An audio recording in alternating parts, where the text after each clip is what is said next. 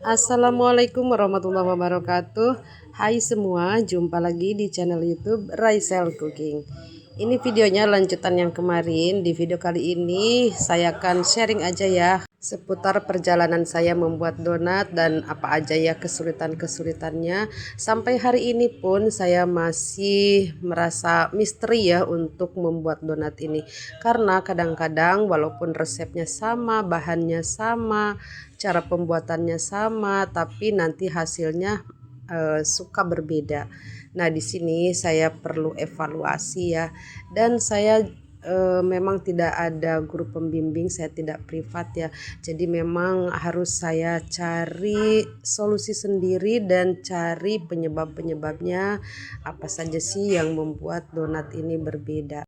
Dan kalau kalian punya pengalaman yang sama, tulis di kolom komentar ya.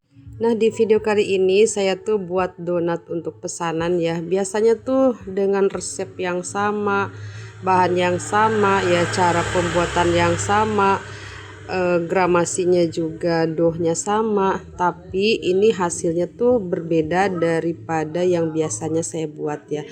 Nah, saya tuh merasa ya, apakah faktor dari garam yang saya ganti ya. Biasanya tuh saya pakai merek garam apa ya, yang kemasannya tuh ada birunya gitu kayak gambar ikan apa ya.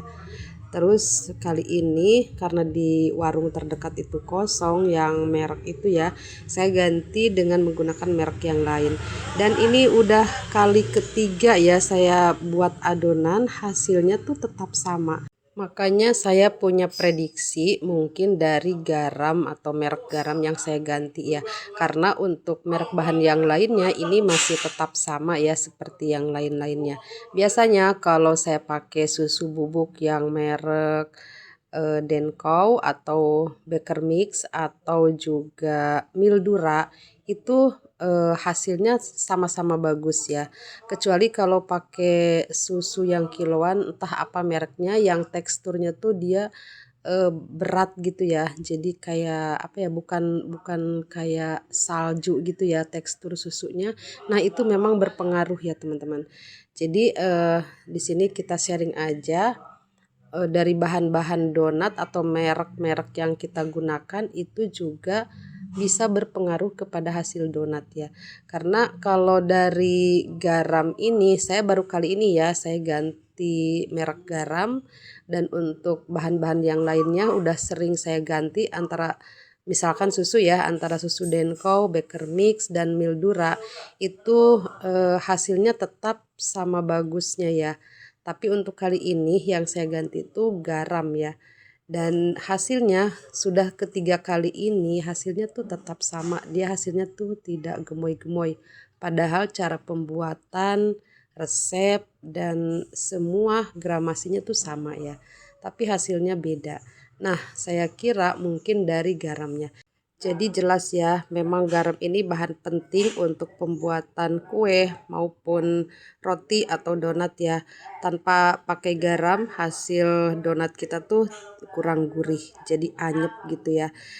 Tapi ternyata dari berbagai merek garam pun itu memiliki pengaruh besar ya kepada hasil donat kita.